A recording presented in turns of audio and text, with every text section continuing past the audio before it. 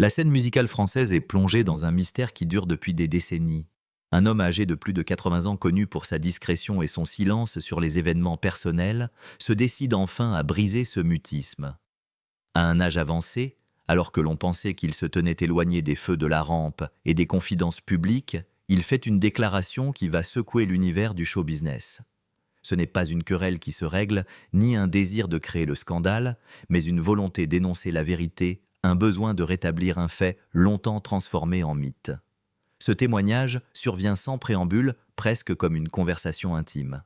L'homme d'ordinaire, si réticent à dévoiler les failles des autres, choisit un ton serein, mais marqué d'une mélancolie évidente, pour raconter cette soirée, devenue un point tournant dans l'histoire musicale de la France. Ce n'est pas une simple anecdote, mais une confession pleine de subtilité, comme une cicatrice qu'on choisit d'exposer après des années de silence. Il ne s'agit pas de régler des comptes, ni de nourrir la rumeur, mais plutôt de remettre les pendules à l'heure de reconstituer un événement qui, aux yeux de nombreux observateurs, était devenu une légende. Ce qu'il partage n'est ni sensationnel ni criant de vérité, mais une observation attentive des événements tels qu'il les a vécus. Le récit n'est pas agressif ni accusateur, mais s'impose comme une vérité froide, un contraste frappant entre ce que le public voyait sur scène et ce qui se passait dans l'ombre. En choisissant de faire cette révélation, l'homme ouvre une porte sur un passé qu'il avait jusque-là gardé secret, et le contenu de ses paroles résonne profondément comme un éclair dans la nuit d'une époque qu'on pensait oubliée. L'histoire de cette tournée commence sous des auspices radieux avec des objectifs artistiques clairs et un public qui attend impatiemment. La tournée était censée être une célébration, un moment joyeux de retrouvailles entre trois géants de la scène musicale qui devaient offrir au public un spectacle grandiose, empreint de complicité et d'amitié. Cependant, derrière ce tableau idyllique des fissures, apparaissent peu à peu fragilisant l'équilibre de ce projet commun. Le témoignage de l'homme âgé éclaire cette réalité cachée et dévoile une vérité bien différente de celle que l'on croyait. À mesure que les dates défilent, une tension sourde s'installe entre les membres du groupe. L'artiste central, bien que déterminé à mener à bien cette tournée, ressent de plus en plus le poids de la fatigue et des difficultés physiques. Cette lutte intérieure, entre l'envie de maintenir la façade d'un spectacle réussi et la réalité de son état de santé, commence à affecter l'ambiance dans les coulisses. Les petites frictions qui auraient été négligées dans d'autres circonstances deviennent des éléments centraux accentués par l'épuisement et les sacrifices nécessaires pour maintenir la dynamique. Ce que le public ne voit pas, c'est l'épuisement mental et physique des artistes, ce qui transforme cette aventure en un défi bien plus compliqué que prévu. Ce contraste entre l'apparence sur scène et la réalité en coulisses n'est pas simplement une question de différence de perception, mais un élément central de cette histoire. Alors que la scène continue à briller sous les projecteurs, les tensions internes deviennent de plus en plus évidentes. Les rires et la complicité affichés au grand jour ne cachent plus complètement l'isolement et la lassitude grandissant des trois amis. Chaque sourire, chaque échange sur scène semble plus forcé, et cette dualité entre les deux mondes se fait de plus en plus pesante à mesure que les jours passent. Les petits détails d'abord anodins prennent un poids particulier dans cette atmosphère de plus en plus tendue. Le tableau sombre de la tournée se dessine encore davantage avec l'arrivée d'une contrainte inattendue, la maladie de l'artiste principal. Un diagnostic médical brutal vient frapper de plein fouet celui qui pendant des décennies a incarné l'énergie et la vitalité sur scène. La maladie qui menace sa vie impose une réalité inévitable, la fragilité de son corps et la nécessité de ralentir. Mais pour lui, la scène, l'art, sont une bouée de sauvetage. Si son corps s'effondre, sa carrière est l'unique chose qui pourrait le maintenir en vie, un dernier hommage à lui-même et à son public. Laetitia, sa femme, comprend rapidement l'enjeu, mais elle se trouve dans une position délicate. En tant que personne la plus proche de lui, elle sait à quel point son état de santé se dégrade. Elle voit les signes, l'essoufflement, la fatigue extrême, les moments d'évanouissement. Elle insiste sur la nécessité de reporter la tournée, d'accepter que la santé de son mari prime. Mais son mari, terrifié à l'idée de tout perdre, refuse d'entendre parler d'une telle option. Pour lui, la tournée est plus qu'un engagement professionnel, c'est un ultime moment de communion avec son public, une dernière chance de briller. Il rejette l'idée d'une pause, d'un recul. Pour lui, reporter la tournée serait la marque d'une défaite. Laetitia, bien que bouleversée, choisit de respecter la volonté de son mari. Elle se transforme en son bouclier, en une protectrice vigilante, surveillant chaque respiration, chaque mouvement. Mais à mesure que les jours passent, elle ressent de plus en plus la solitude que cette position implique. Son rôle de garde-fou, bien qu'essentiel pour la survie de son mari, engendre des tensions invisibles car ceux qui l'entourent, les amis de longue date, sentent la distance qui se crée entre eux à cause de cette vigilance constante.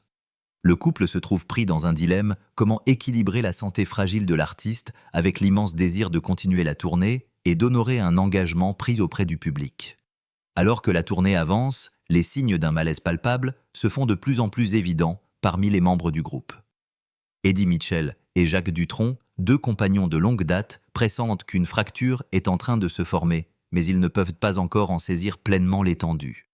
Ils ont partagé des décennies de scènes ensemble, mais cette fois-ci, tout est différent. La maladie de leur ami commun, bien que cachée du public, change la dynamique de leur relation. Au lieu de retrouver la complicité qui les unissait, une distance se creuse peu à peu, imperceptible au départ, mais de plus en plus difficile à ignorer. La fatigue et les sacrifices nécessaires à cette tournée ébranlent les bases de leur fraternité. Eddie et Jacques ressentent une tension croissante, non pas à cause de l'absence de leur ami, mais en raison des nouvelles barrières invisibles qui se mettent en place.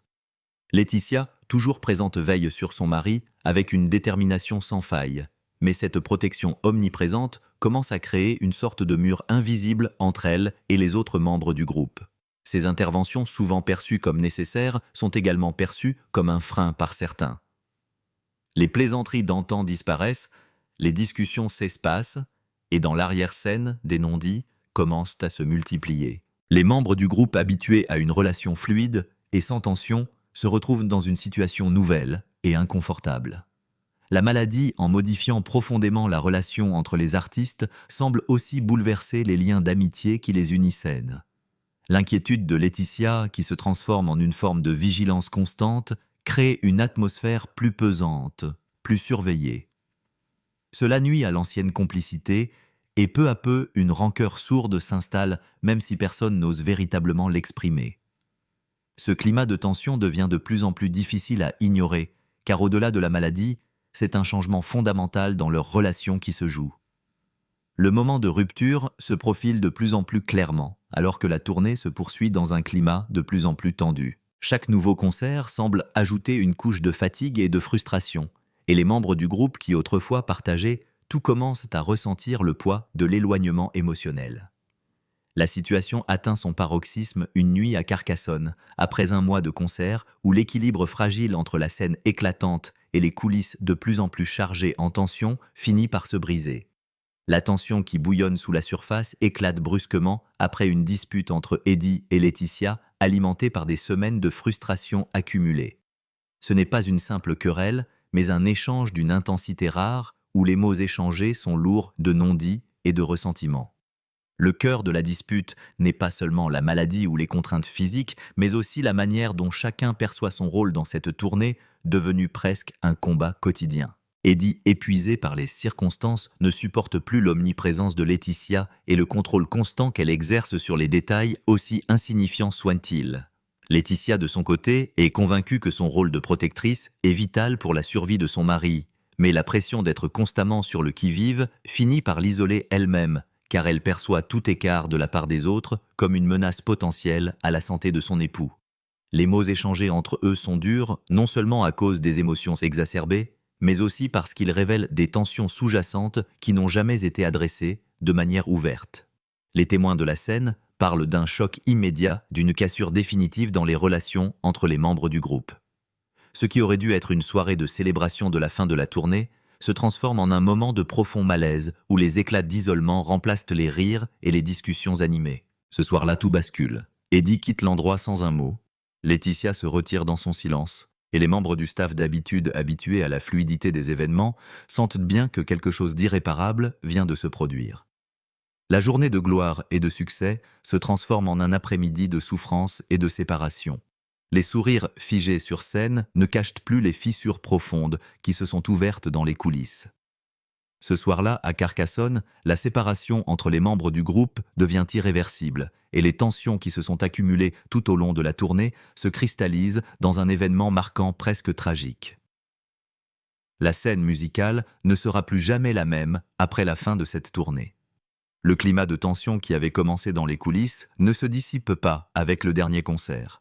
Bien au contraire, il s'intensifie et les conséquences de la rupture de Carcassonne se font sentir à chaque instant. À peine la tournée terminée, la fracture qui s'est ouverte entre les membres du groupe devient impossible à ignorer. Le départ précipité de Johnny Hallyday, après une bataille de plusieurs mois contre la maladie, ne fait qu'accentuer cette atmosphère de séparation et de regret.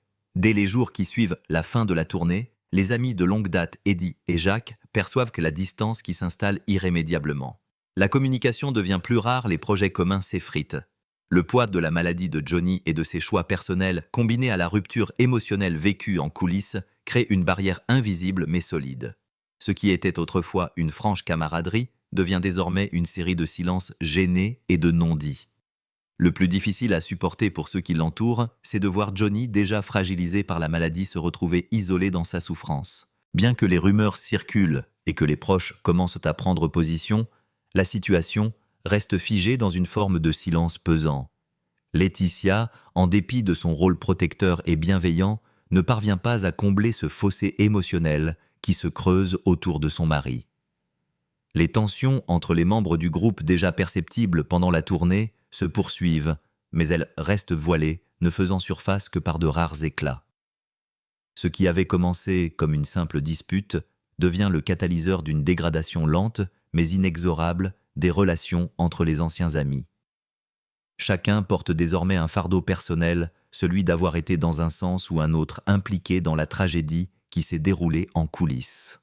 La rupture entre Johnny, Eddie, Jacques et Laetitia n'est plus simplement une question de différence d'opinion ou de tension liée à la tournée, mais le reflet de la fragilité humaine face à la maladie, à la vieillesse et aux émotions non exprimées. La disparition de Johnny Hallyday quelques mois plus tard amplifie la douleur. Les discussions sur son héritage, les conflits autour de sa succession et les tensions sur la manière dont il a été entouré dans ces derniers moments révèlent un schéma plus large, celui de la fragilité des relations humaines, des désaccords qui se transforment en fractures irréparables.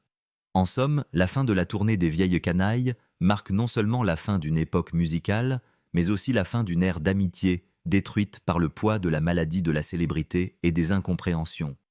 Johnny, malgré toute sa gloire, se trouve dans un tourbillon d'isolement, tandis que ses amis pris dans une toile d'araignée, de regrets et de non-dits, n'ont pas su sauver ce qui aurait pu être la dernière grande aventure musicale.